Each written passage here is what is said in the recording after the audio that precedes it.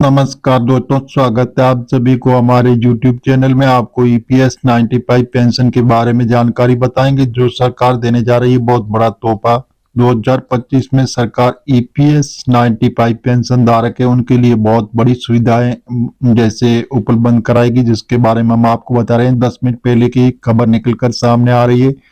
EPS के 78 lakh EPS pension लाभार्थियों के लिए बहुत बड़ी खुशखबरी निकलकर सामने आ रही है कि ईपीएस पेंशन धारक लंबे समय से मांग भी कर रहे हैं पेंशन बढ़ोतरी व स्वास्थ्य देखभाल के लिए मुफ्त मेडिकल सुविधा, लेकिन अब पेंशन धारकों को हक मिलने वाला है।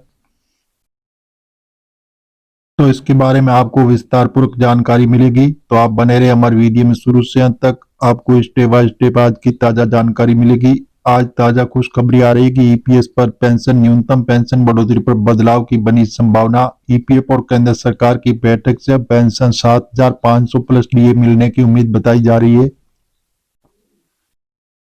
पेंशन बढ़ोतरी पर आए ताजा खुशखबरी। ईपीएफ ने पेंशन की मासिक पेंशन में वृद्धि। ईपीएस 95 पेंशन भोगियों को मिलेगा 9,000 रुपये। ईपीएफ ने पेंशन की मासिक पेंशन में की वृद्धि।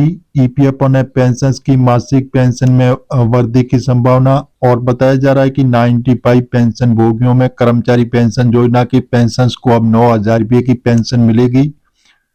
इस खबर ने पेंशन भोगियों के बीच उत्साह पैदा कर दिया। बताया जा रहा है कि ईपीएस 95 2025 की नई पेमेंट लिस्ट भी जारी हो चुकी है। सिर्फ इन्हीं लोगों को मिलेगा 7,500। तो आप भी चेक कर सकते हैं अपना नाम।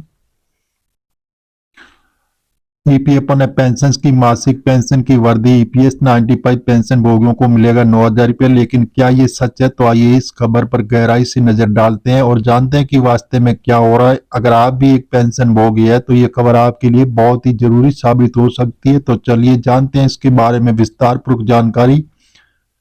कर्मचारी भविष्य निधि संगठन देश के सबसे बड़े सामाजिक सुरक्षा संगठनों में से एक है। ये लाखों कर्मचारियों को सेवानिवृत्ति लाभ प्रदान करता है। ईपीएस यानी कि कर्मचारी पेंशन योजना भविष्य निधि संगठन का एक महत्वपूर्ण हिस्सा है। इस योजना के तहत कर्मचारियों को उनकी सेवानिवृत्ति के बाद नियमित मासिक पेंशन मिलती है। अब ऐसी खबरें आ रही है कि इस पेंशन में बड़ा इजाफा हो सकता है। तो जी हाँ दोस्तों, इस प्रकार जो ईपीएस 95 के 78 लाख पेंशन लाभार्थी है उनके लिए बहुत बड़ी खुशखबरी आ रही है कि बहुत लंबे वक्त से वो मांग भी कर रहे हैं, संघर्ष भी कर रहे हैं सरकार से पेंशन बढ़ोतरी को लेकर। सरकार ने अब आश्वासन दिया है कि जल्दी 2025 में लागू कर दी जाएगी पेंशन बढ़ोतरी को और बढ़ी हुई पेंशन आपको मिलेगी। जैसे आपको पहले 1,000 रुपये मिनिमम पेंशन राशि मिल रही है, तो सरकार इनको बढ़ाकर 9,000 रुपये किया जाएगा। तो जी हाँ दोस्तों, इस प्रकार बताया जा रहा है कि सुप्रीम कोर्ट के आदेशानुसार आपको हायर पेंशन का भी लाभ दिया जाएगा। साथ में स्वास्थ्य देखभाल के लिए मुफ्त मेडिकल सुविधाएं भी सरकार आपको उपलब्ध कराएगी। तो जी हाँ दोस्तों, इस प्रकार जो ईपीएस 95 के पेंशन धारक है उनके लिए बहुत बड़ी खुशखबरी आ रही है।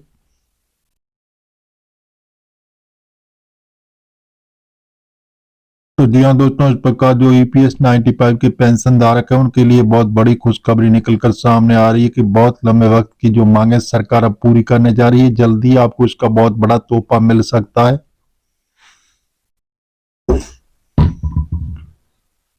तो जी हाँ दोस्तों, इस प्रकार जो ईपीएस 95 के पेंशन धारकों के लिए जो अभी 10 मिनट पहले की खबर में बताया जा रहा है कि जो आपको पहले आप अपने अकाउंट से केवल 50,000 रुपये निकाल सकते थे, लेकिन सरकार ने अब इनको बढ़ाकर 1,00,000 रुपये कर दिया। आप किसी भी इमरजेंसी में अपने अकाउंट से 1,00,000 रुपये की आराम से निकासी कर सकते हैं।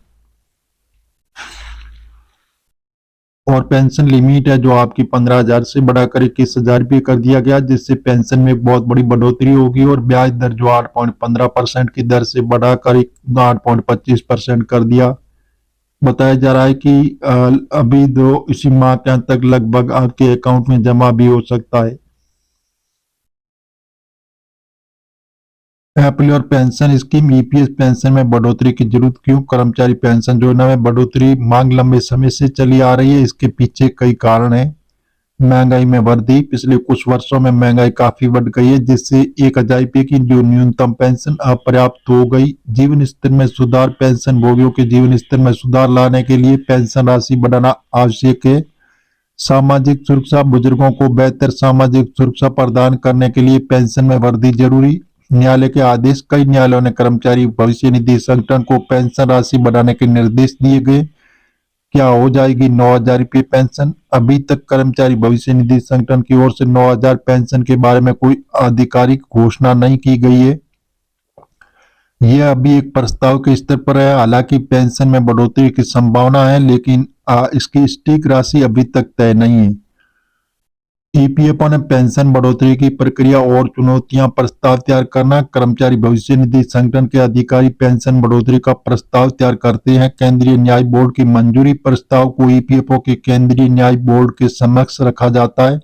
श्रम मंत्रालय की स्वीकृति, बोर्ड की मंजूरी के बाद प्रस्ताव को श्रम मंत्रालय भेजा जाता है। वित्त मंत्री की सहमति, श्रम मंत्रालय की स्वीकृति, बोर्ड की मंजूरी के बाद जैसे प्रस्ताव को श्रम मंत्रालय से भेजा जाता है तो वित्त मंत्रालय की सहमति और श्रम मंत्रालय की स्वीकृति के बाद वित्त मंत्रालय की सहमति आवश्यक होती है और कैबिनेट की मंजूरी। अंतिम मंजूरी के लिए प्रस्ताव को कैबिनेट के सामने रखा जाता है।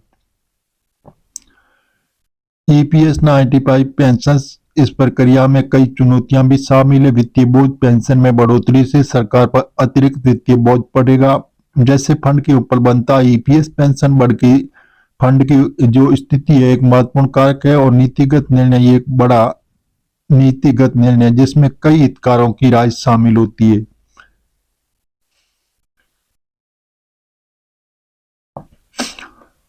Employer pension scheme, EPS pension बढ़ोतरी के संभावित प्रभाव। पेंशन भोगियों के जीवन में सुधार, बढ़ी हुई पेंशन से पेंशन भोगियों के जीवन स्तर में सुधार आएगा। अर्थव्यवस्था पर प्रभाव, अधिक पेंशन का मतलब अधिक खर्च करने की क्षमता जो अर्थव्यवस्था को गति दे सकती है। सामाजिक सुरक्षा में वृद्धि, ये कदम बुजुर्गों को सामाजिक सुरक्षा को मजबूत करेगा। ईपीएफओ पर दबाव, बढ़ी हुई पेंशन कर्मचारी भविष्य निधि संगठन पर अतिरिक्त वित्तीय दबाव डाल सकती है।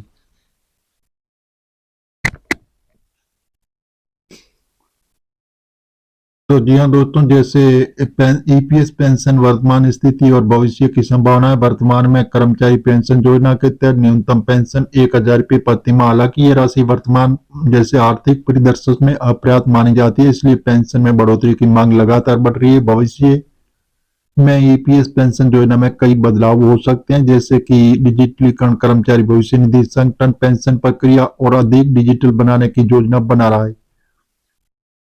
लचीली पेंशन व्यवस्था, भविष्य में पेंशन राशि को महंगाई दर से जोड़ा जा सकता है।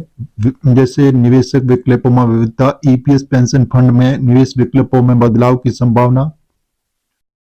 तो जी हाँ दोस्तों, इस प्रकार जो हम आपको बता रहे हैं मीडिया आधारित बता रहे हैं। आप सरकारी ऑफिशियल वेबसाइट पर जाकर इसकी जानकारी ले सकते हैं और मिलेंगे नई जानकारी के साथ। नई और पहली बार तो चैनल को सब्सक्राइब कर लीजिए ताकि इसी प्रकार की जो नई जानकारी होगी वो सबसे पहले आपको मिलती रहेगी।